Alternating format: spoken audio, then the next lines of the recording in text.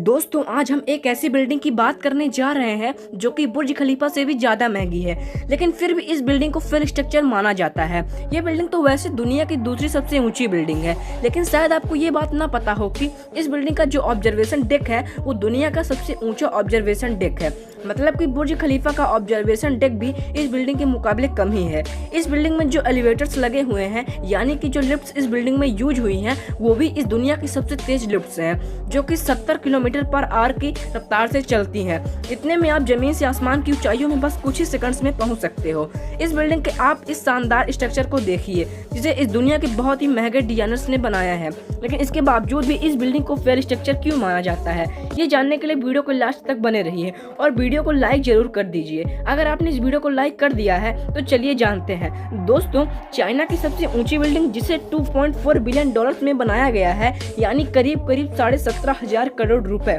इतने पैसों में अगर आप चाहें तो लगभग 2 बुर्ज खलीफा तो ही बना ही सकते हैं। ये बातें आपको बिल्कुल हैरान कर देंगी कि इसके बाहर जो आप ग्लास पैनल देख रहे हो, इसमें 20,000 ग्लास पैनल्स यूज हुए हैं और वो सभी के सभी ग्लास पैनल्स अलग अलग शेप्स और साइज के हैं। 632 मीटर की इस बिल्डिंग में 128 फ्लोर्स हैं और आपको शायद ये बात हैरान कर दे कि जहां बड़ी बड़ी बिल्डिंग्स में 10 या 20 एलिवेटर्स होते हैं, वहां इस बिल्डिंग में 144 एलिवेटर्स हैं और वो भी दुनिया के सबसे तेज एलिवेटर्स। आप ये बात का यकीन नहीं करोगे कि ये बिल्डिंग इतनी बड़ी है कि इसमें एक साथ 16,000 लोग ठहर सकते हैं। अब आप ये सोच रहे होंगे कि अगर इसमें इतने सारे फीचर्स हैं तो फिर भी इस बिल्डिंग को फेल स्ट्रक्चर क्यों माना जाता है। तो मैं आपको बता दूं कि इस बिल्डिंग में 128 फ्लोर में से 50% फ्लोर तो खाली पड़े हैं। मतलब कि जहां इसमें 16,000 लोगों को ऑक्यूपाई करने की जगह है, वहां इसमें सिर्फ 7 या 8,000 लोग ही रह रहे हैं और इस वजह से रात में इस बिल्डिंग की पूरी लाइट्स भी नहीं जल पाती।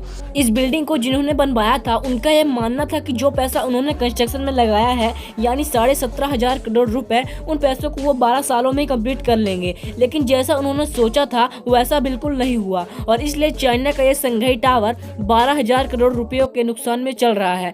साथ ही में जो चाइना का फायर और सेफ्टी डिपार्टमेंट है, उनकी तरफ से भी इस टावर को पूरी तरह सेफ नहीं माना जाता, क्योंकि उनका यह कहना है अगर इसमें 100 फ्लोर्स पे आग लगी तो फायर सेफ्टी वाले उतना ऊपर इतना जल्दी नहीं पहुंच पाएंगे और इसलिए सेफ्टी भी एक कारण है इस टावर को फेल स्ट्रक्चर कहने का। इसके अलावा इस टावर का डिजाइन देखने में तो काफी अट्रैक्टिव है, लेकिन इसके डिजाइन की वजह से भी इसे एक फेल स्ट्रक्चर कहा जाता है, क्योंकि इस बिल्डिंग को बहुत सारी लेयर से कवर किया गया है, जैसे कि ग्लासेस। वैसे तो ये ग्लास पैनल्स वगैरह हीट और एनर्जी कंजम्पशन के कम करने के लिए बनाए गए हैं, लेकिन इन सभी लेयर्स की बहुत सारी जगह कंज्यूम करी हैं, जिससे ये बाहर से जितना बड़ा दिखता है अंदर से उतना बड़ा नहीं होता। यानी कि अगर सिंपल लैंग्वेज में ये भी कह सकते हैं कि जहां इस बिल्डिंग में 16,000 लोग रह सकते हैं, वहीं अगर में ये लेयर्स ना होती तो ये भी हो सकता था कि इस बिल्डिंग में 15,000 लोग रह पाते। इसलिए इस बिल्डिंग का डिजाइन भी एक मेन रीजन है जिससे इसे फेल स्ट्रक्चर माना जाता है। इसके अलावा इस टावर में एक लग्जरी होटल भी खुलने वाला था, लेकिन अभी तक वो होटल भी नहीं खुल पाया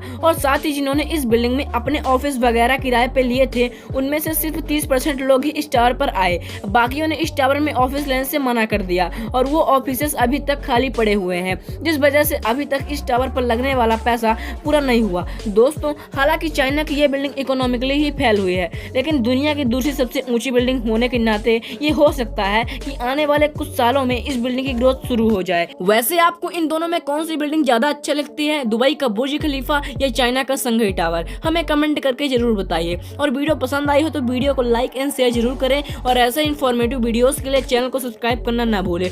तो फिर मिलते हैं अगली वीडियो में किसी नई इन्फॉर्मेशन के साथ। तब तक के लिए बने रहे हमारे चैनल रॉयल फैक्ट हेल्पर के साथ। जय हिंद, जय भारत।